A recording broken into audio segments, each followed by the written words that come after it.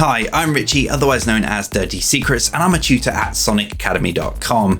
Now, it's the 50th edition of the Tech Tips, and Sonic Academy asked me to pick my favourite tech tip, the thing that I love doing, a little trick within my productions that I can show you guys. Well, one of my favourite things to do are those kind of DJ style effects, and probably my most fun one, the one that I love doing the most, is the Spinback. It can be a little bit cheesy and it can be overused sometimes, but it's just so effective and so much fun to do. So I thought I'd show you that today. So let's jump into Ableton and I'll show you how I do it.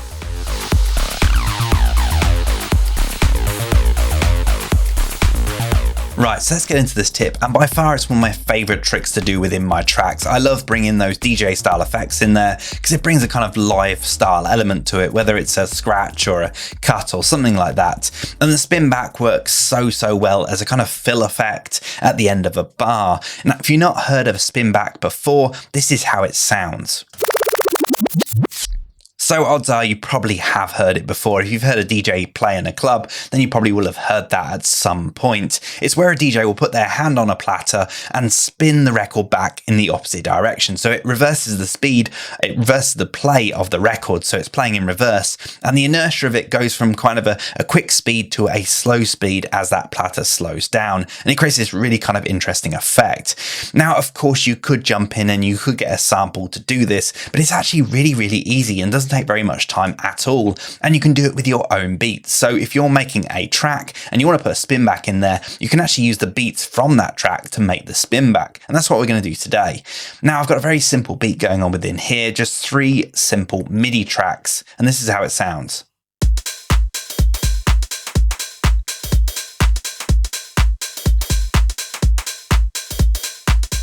Now you can do this spin back with just about any single sample you want to, whether it's MIDI tracks, whether it's audio tracks, whether it's a bunch of mixed MIDI tracks and audio tracks. You can do it with pretty much any sample. I think it personally sounds best when you just have a simple beat, not having any kind of melody or anything else in there, because it can sound a bit strange, but you can kind of try it on whatever you want to.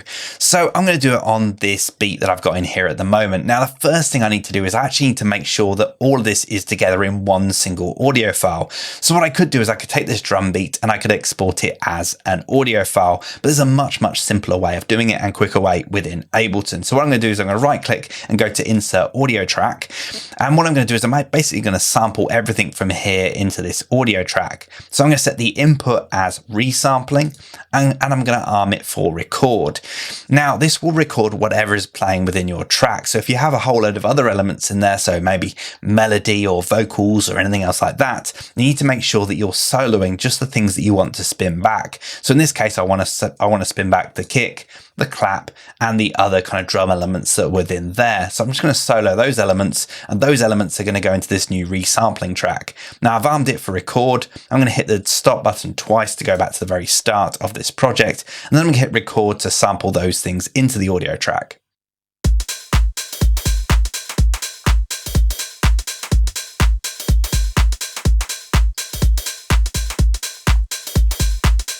Now that should do. All we really need is a loop of audio. So what I'm going to do is I'm going to put a cut here at about the 5-bar mark. I'm going to use the keyboard to do this keyboard shortcut, which is Apple E on the Mac, Control E on the PC. And I'll put a cut in there, and I can get rid of this bit that I don't need. And what I'm focusing on is just having a loop of those drums. So I've got a 4-bar loop of those drums. And just to make sure that it is a complete loop, I'm going to right click on here and go to consolidate. There is a shortcut there as well, the Apple J shortcut. On the PC, I think it's Control J, and that will just make it into its own audio clip. We will need that for the next step. So we have this audio clip. Now, we're not actually going to use the audio clip itself on this audio track. What we're actually going to do is we're going to use the sampler within Ableton. So I'm going to right click on here and create a new MIDI track, and then into this MIDI track, I'm going to drop a sampler. And then what I'll do is I'll drop this audio sample into that sampler. So without clicking on it, I'm just going to click and drag into the sampler.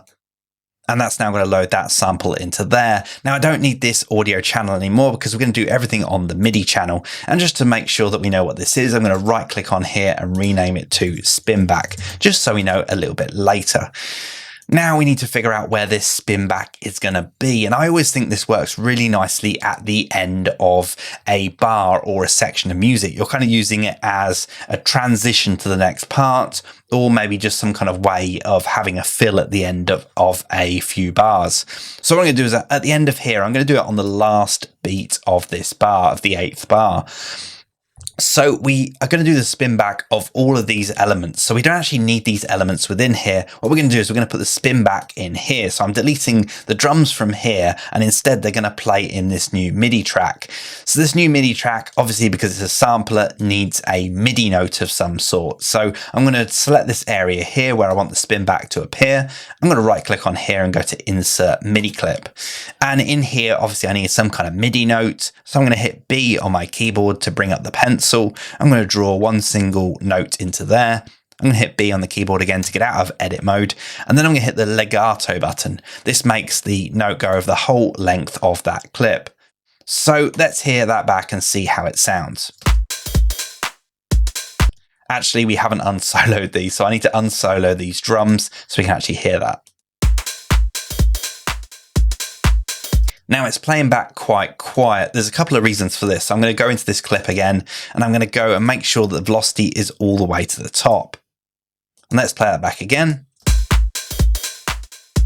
So it is still playing it back quite quiet. So what I'm actually going to do is I'm going to go to the filter section within the sampler, and I'm going to increase the volume. You can see the volume there is -12. So I'm actually going to click on this and hit 0 on my keyboard to zero out. And that should now be the same volume as it was before. What we're trying to do is we're trying to match the volume between the drums that we got here and the new one in the sampler, because we want it to be, we want it to sound like they're pretty much the same.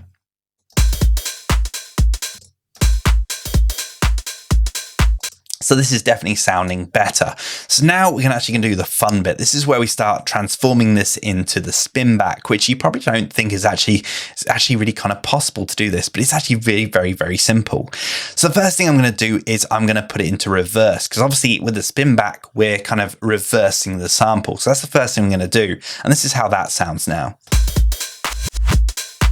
Now, this works already quite well. I love using the reversed effect within my track. It's a very old school way of kind of, yeah, just kind of altering a bar a little bit. So that works really, really cool. The next part is we're actually going to do that kind of that inertia thing. So we're going to go from a very fast spin back to a slow spin back. So to do this, we're actually going to affect the pitch of the sample. So I'm going to double click into here, and I'm actually going to draw some automation. So we're going to do some automation on this clip. So what I'm going to do is I'm going to go to the automation button here, which is going to open up the automation for this track. And what we're going to do is we're going to choose the MIDI control within this clip, and we're actually going to automate the pitch bend.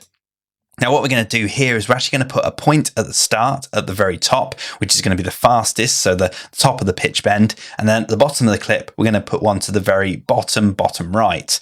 So I'm going to select this whole clip because this is where I want this automation to appear, and then I'm going to right click on here and put a shape in. So as you can see there, it's going from the highest of the pitch bend down to the lowest of the pitch bend, and this is how that sounds. So again, it does sound, it's got a cool kind of effect, but it's not quite the pitch bend, it's not quite the spin back that we want it to be.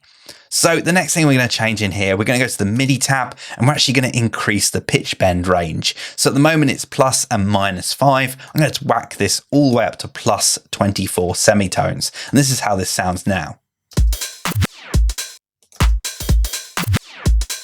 So as you can hear, we're definitely getting that kind of spin back kind of effect. So the next thing we're going to do is we're going to jump into this MIDI clip again. I'm going to get out of the automation mode, and to make this more of a dramatic effect, I'm actually going to move this note up in octave. So at the moment it's playing at C3. What I'm going to do is I'm going to move it up an octave. Now I can do this very easily by holding shift on my keyboard and pressing up on my keyboard. This will move it up 1 octave. And let's hear how that sounds. It's getting there. It's really starting to sound like it. Now I'm going to double click on here again, and I'm going to put it up 1 more octave. So I'm going to hold down shift, press up on my keyboard. That's going to move it up to C5. So there you go. We're definitely starting to get the effect.